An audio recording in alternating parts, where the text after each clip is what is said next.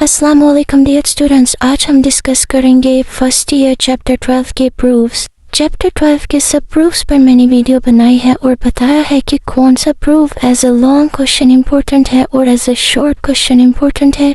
मैं आपको ये बता दूं इस चैप्टर के सारे प्रूफ्स मोस्ट इम्पोर्टेंट हैं और प्रूफ्स के बीच में जो MCQs है इम्पोर्टेंट मैंने वो भी मार्क करवाए हैं। आप मेरे सारे प्रूफ्स देख सकते हैं। अब इसका ये प्रूफ है x approaches to 0 1 plus x bar 1/n equal to e। ये मोस्ट इम्पोर्टेंट शॉर्ट क्वेश्चन है, बहुत ज़्यादा आता है। हमने अभी जो पीछे प्रूफ किया है वहाँ पे हमने बताया यही वाला हमने प्रूफ किया पीछे।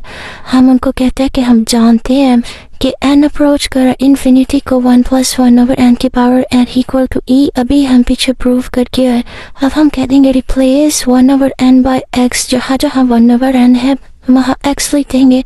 n अप्रोच कर रहा है इन्फिनिटी को, जब n इन्फिनिटी को अप्रोच कर रहा है अगर हम इसकी जगह 1/n की जगह सिर्फ x लिख देंगे तो वो 0 को अप्रोच करेगा।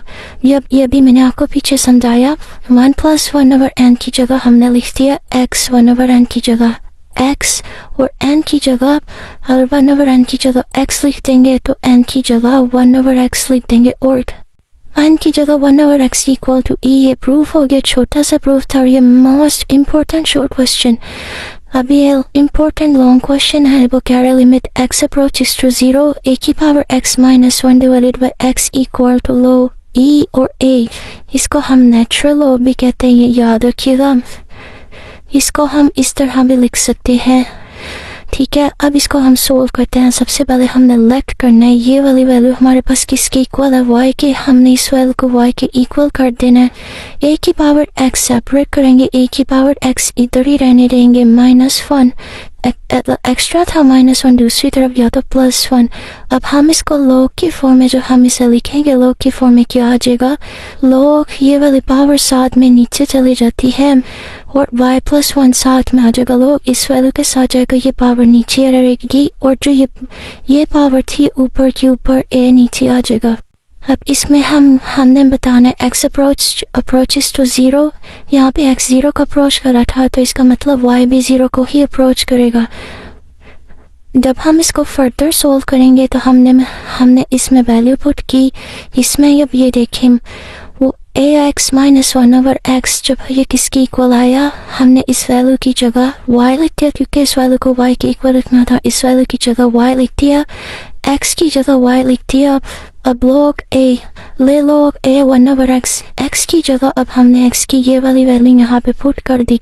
जब ये वैल्यू हमने यहाँ पे पुट कर दी, y ऊपर मल्टीप्लाई हो रहा था, y को नीचे डिवाइड की फॉर्म में लिख देंगे।